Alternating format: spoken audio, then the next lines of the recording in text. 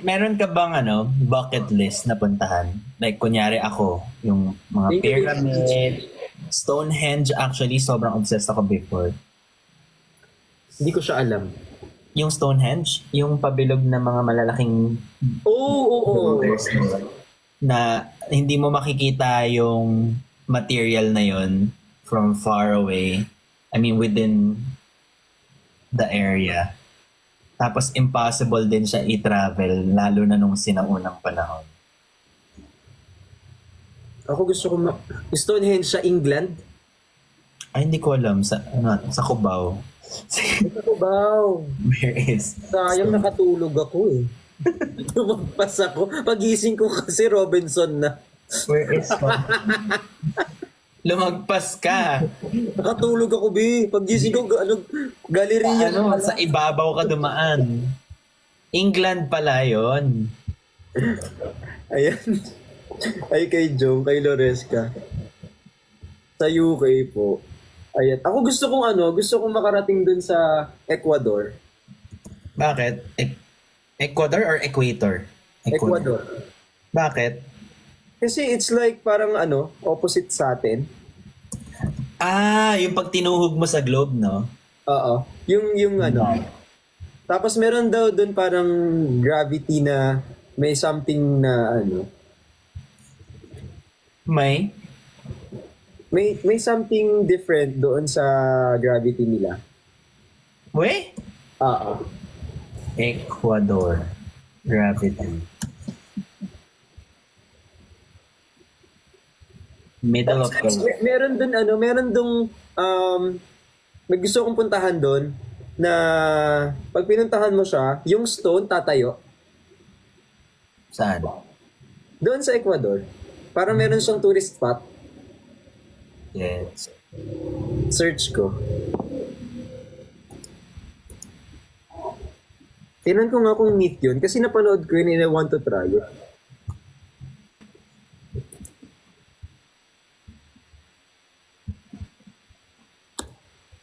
Ecuador stone. Ano yung tourist spot?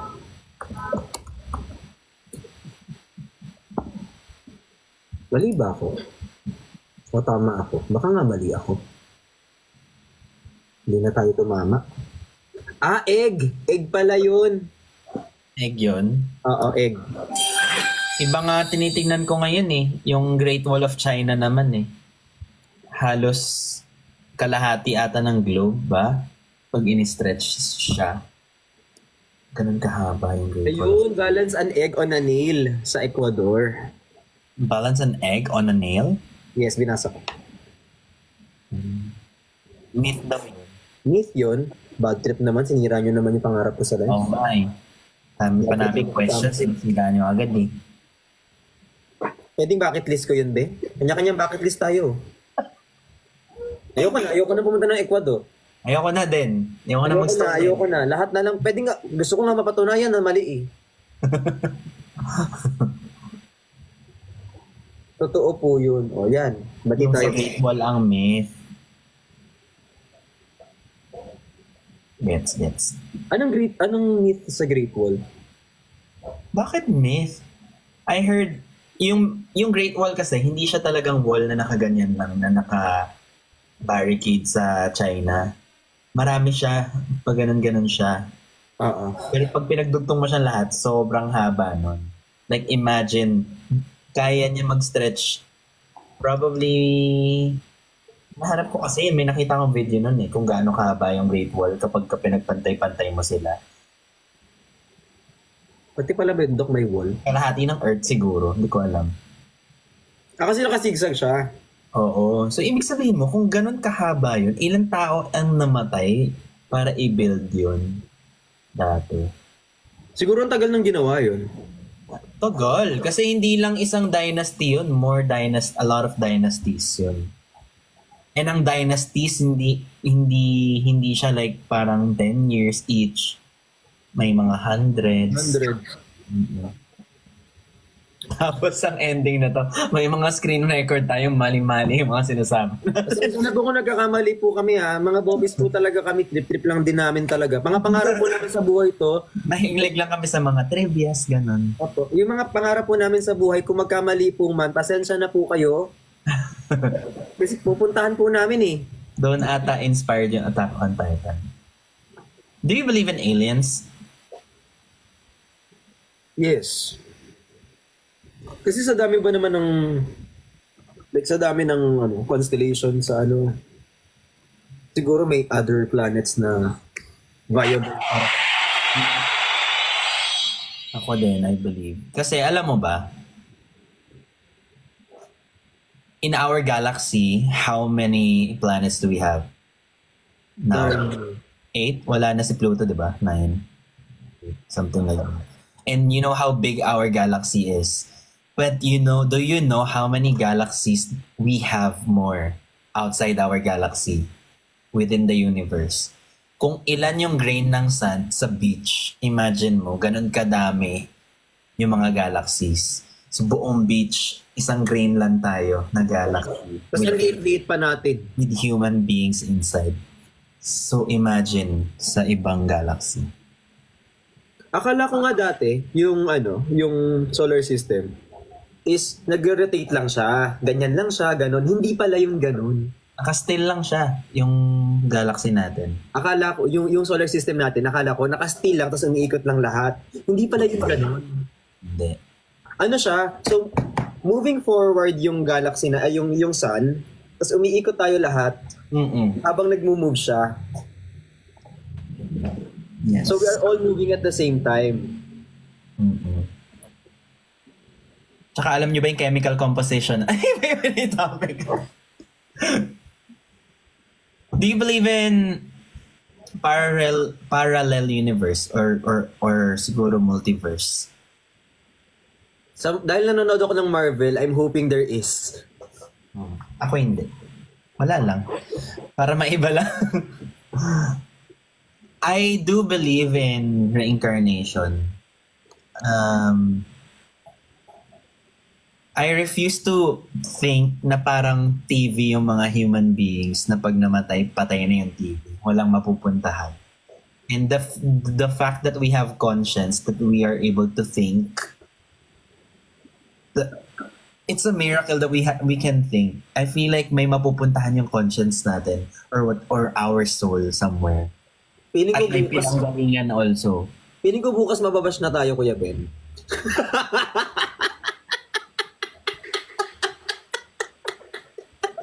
Dalawang tanga kung ano-anong sinasabi sa live. Dalawang mamaru.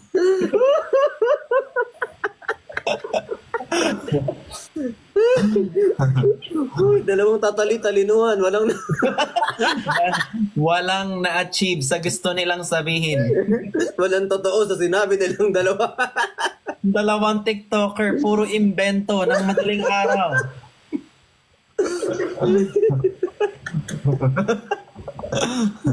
Ayun. Ay, naku. Ewan ko sa inyo. Uy, gusto niyo ba ng mga walang kwenta? Ganito yun, guys. Pero alam niyo, lahat ng hilig ko about reincarnation. I had a favorite book called My Name is Memory. Ano pangalan? My Name is Memory. Every reincarnation niya, hinahanap niya yung lover niya. Nahanap niya. Pero kasi yung kalaban niya rin na reincarnate in the same lifetime nung nag-meet sila nung lover niya. So, ganun siya. Nagkatuloyan sila ulit, no? Hindi ko matandaan. Yeah, I think nagkatuluyan pero hindi ko na maalala eh. My Name is Memory. Doon ko nakuha yung quote na Thank you, Gabriel. pag pagod ka na magmahal, okay lang yun. Kasi eventually, marami ka pa rin maibibigay. If you know how to love, you will never run out. Doon galing yun. Of love. If you know how to love, you will never run out.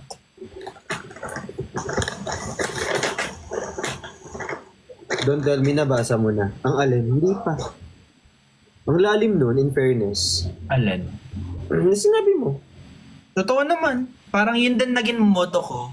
Kasi lagi natin sinasabi na pag broken tayo, hindi na tayo magmamahal ulit. Pero basta hanggang alam mo paano magmahal, hindi ka maubusan ng maibibigay na pagmamahal. Kahit in our next life, matututunan ko ulit yan. Pero do you believe ba na na lahat ng nami-meet natin in this lifetime, tawag dito, is, hindi siya coincidence? Parang like may part na tuturuan ka niya ng leksyon or... Siguro so. I would want to believe everything has reasons, but also I feel like there's not enough time for us to cross path with everybody. Kasi kung laging hindi ko alam. Kanina kasi nagtitingin ako ng mga how many countries do we have in the world on Earth? How many? 195 ba? Search mo yan, mamaya ma-quote na naman tayo, tas mamaya ma-edit na naman tayo, mali na naman tayo. 2 tanga, 30 lang daw ang countries. 194. I search. Nakita ko kanina, 195 countries meron sa world natin. 195 or 200. And doon ko na-realize na in my lifetime, in our lifetime, meron akong place na hindi mapupuntahan. Meron akong tao na hindi mapupuntahan. Mamimit. May mga tao ako na our paths would never cross, would never meet. So, maybe you're right. Maybe yung mga nami-meet natin, in a way, destined na ma-meet natin. Mm-hmm. Nasad lang ako sa thought na kung mabuhay man ako for 80 years, 90 years, meron akong hindi mamimit at mapupuntahan at madidiscover about the world. And I think that's the beauty also, that in life, you will never know everything. You will never see everything. But that's the beauty of it. The constant search of what you wanna experience, ganyan. So, naintindihan nyo yun, guys? Kasi may quiz tayo mamaya. Nagets mo ba? Oo. Parang ewan ko ba, it dawned on me na that's why you only live once. Even if I believe in reincarnation, the fact that I don't remember anything about my past life, if I believe in it, means that I only live once in this lifetime. So, make it count. Make it count. Seize the day. Yan. Kaya nga diba? Siguro magkamali ka na ngayon. Go na. Kasi if hindi mo siya i-push or hindi mo siya gawin, it will always goes back na parang, sayang naman kasi hindi ka na ulit pwede magkamali eh. Tsaka kung nagkamali ka ulit ng paulit-ulit, hindi na pagkakamali yun. Option mo na yun. Pag lagi ka na nagkakamali, hindi na pagkakamali. Isa ka ng totoong bopis. Aray. Kasi sometimes minsan kasi feeling ko, we learn through our mistakes. Pero, if you keep on committing the same mistakes, it means that hindi mo pa natututunan or hindi ka pa knowledgeable enough to go to the next step. Or hindi ka nagfo-focus. May chance. Do you believe in higher being? Higher people. Higher people, yes. Kasi lagi namin nakikita eh. Oo, minsan nakaka-bad trip na nga. How's the air there? Ito pala yung feeling kapag matangkad ka. Nakaka-stiff neck pala yung... Higher being, of course, syempre. Ikaw ba? Kasi for me, living like the biggest wonder is how do our hearts beat why do our bodies heal? These are all miracles. And sino nag-produce ng miracles? Oh.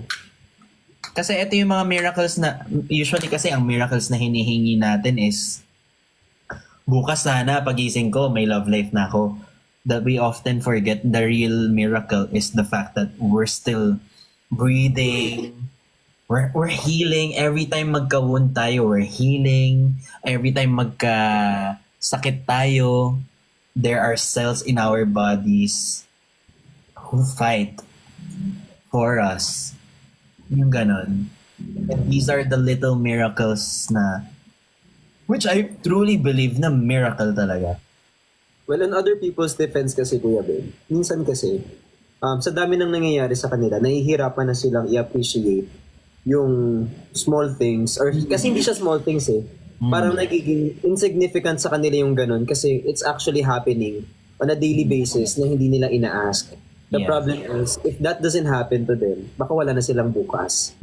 So feeling ko yung sinasabi mo is we have to learn how to appreciate what we have now. Yeah. Also scientifically, diba? May scientifically ka pa. I therefore conclude that